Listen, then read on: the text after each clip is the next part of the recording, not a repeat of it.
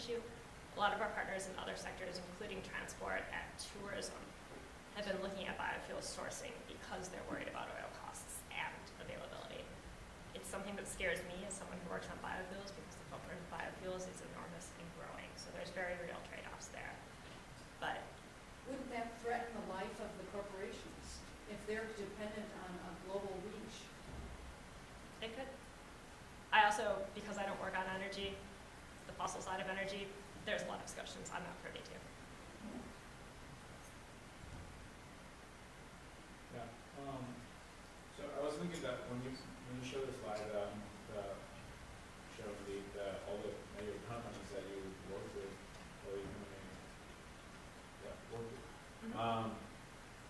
When we started this company, we know that they usually go to the other countries and they pretty much get rid of every single local business.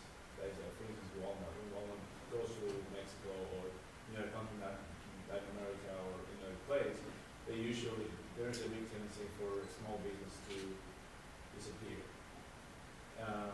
Is there any initiative for, it's not exactly connected to environmental issue, but for what I'm seeing is that big companies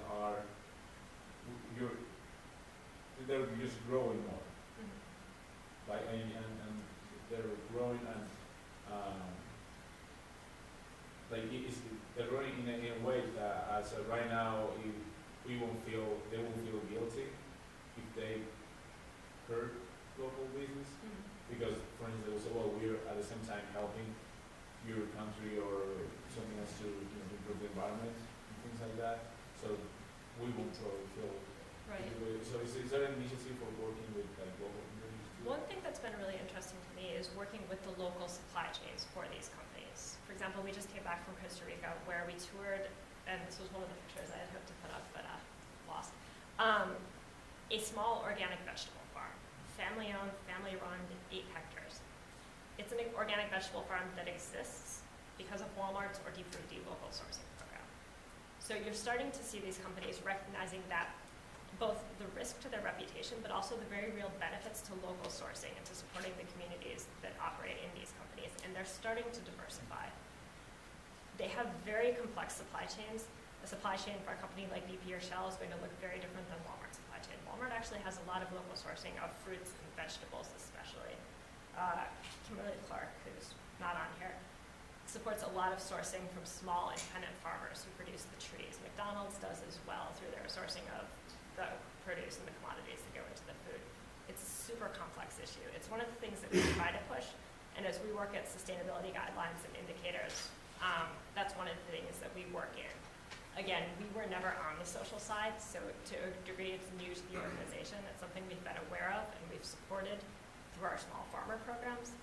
Now we're building it more robustly into the rest of our work as well.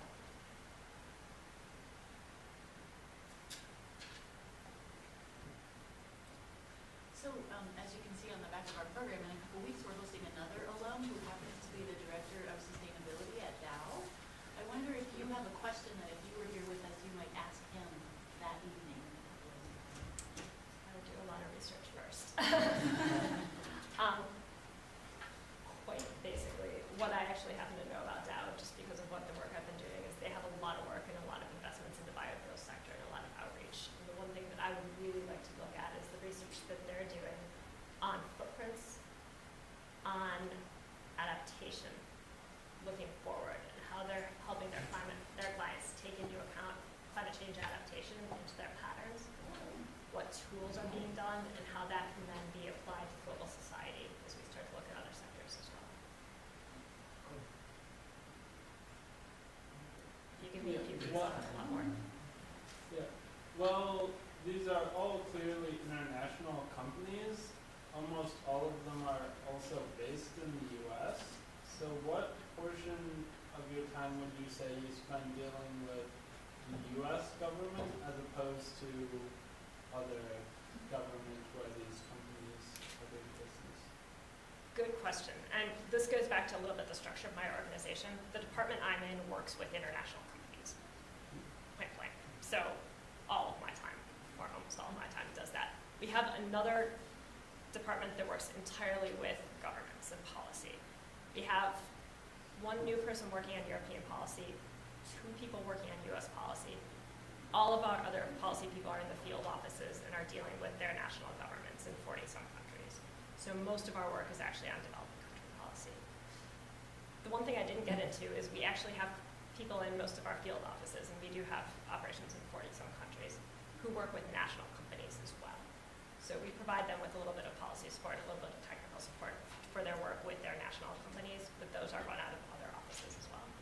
So me, totally international, totally company. Other people are doing a lot more stuff. And it's really important because, like I said, you can't look at only one aspect. It has to be across the board. One last question, and Chris will be here anyway afterwards, and you can talk with her in the morning. Do you ever see any of these corporations becoming 100% sustainable and producing perhaps zero waste? If I knew what 100% sustainable was, I can answer that. I don't. I honestly don't. Zero waste, maybe, but there's so many other aspects to look at. Like I said, and that's why